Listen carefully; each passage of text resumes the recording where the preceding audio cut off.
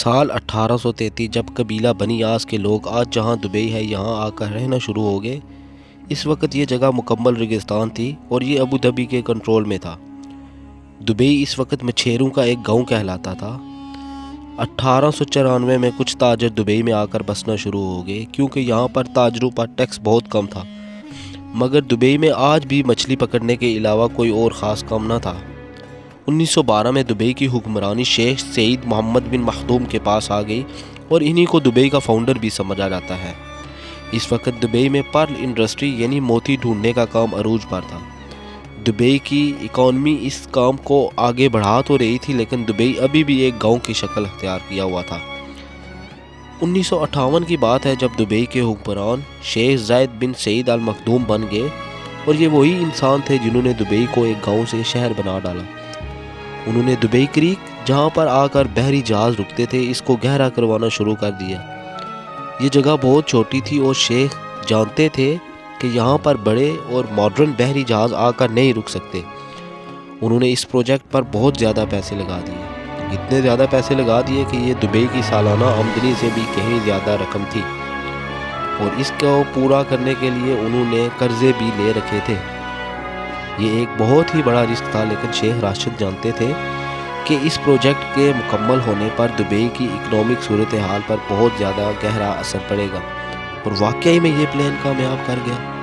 اب دبئی میں بڑے سائز کے بحری جہاز آ کر رکنے لگے اور اس سے دبئی میں گولڈ مارکیٹ کا پھیلنا بھی شروع ہو گیا۔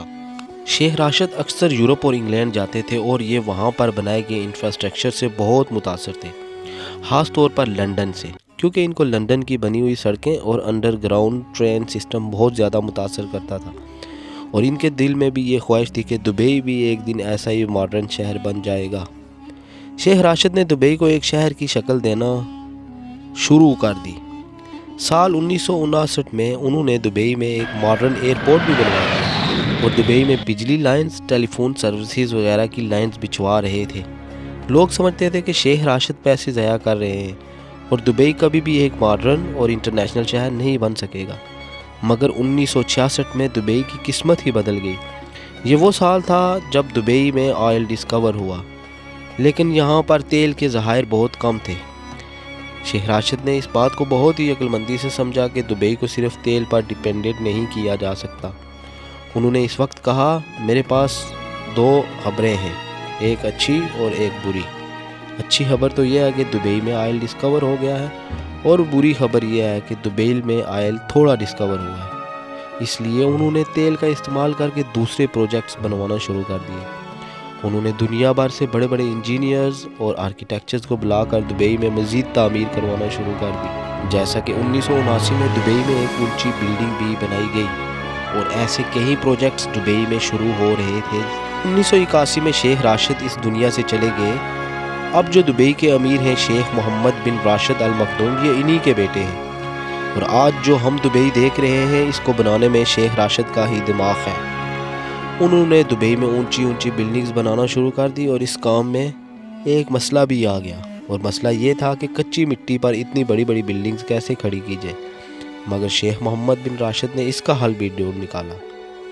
شیخ محمد بن راشد نے محسوس کیا کہ دبئی کے اطراف کے جو پہاڑ ہیں وہ وی شیپ کے ہیں، یعنی شیخ راشد نے محسوس کیا کہ دبئی کے اطراف کے پہاڑ وی شیپ میں بنے ہوئے ہیں، یعنی یہاں ضرور کبھی پانی موجود ہوگا جو پہاڑوں کی شکل کٹی ہوئی ہے۔ انہوں نے وہاں پر ڈرلنگ کروانا شروع کر دی، اور واقعی میں دیکھا کہ وہاں پر پانی موجود تھا، اور یہی پانی دبئی کی اونچی اونچی بلڈنگز کو کھڑا کرنے میں کام آیا۔ جہاں باقی عرب ممالک جو تیل کی دولت پر اپنا ملک چلاتے ہیں، وہیں شیخ محمد بن راشد جانتے ہیں کہ دبئی کو تیل پر زندہ نہیں رکھا جا سکتا۔ آج بھی دبئی کی اکانومی میں تیل صرف 1% ڈسٹریبیوٹ کرتا ہے، باقی 99% پیسہ دبئی کاروباری سرگرمیوں سے کماتا ہے۔ شیخ محمد بن راشد کی ویژنری پلاننگ اور عقل مندی کی وجہ یہی ہے کہ دبئی اتنا امیر شہر ہے۔ انہوں نے دبئی میں ایسی ایسی چیزیں بنانا شروع کر دی جن کی وجہ سے پوری دنیا کا دھیان دبئی کی طرف ہونے لگا، جیسا کہ دنیا کی سب سے اونچی عمارت برج خلیفہ، دنیا کے بڑے بڑے مالز میں سے ایک دبئی مال، عالیشان ہوٹل، دبئی کی ایئر لائنز، یہ دنیا کی بہترین airlines Emirates airlines ہے۔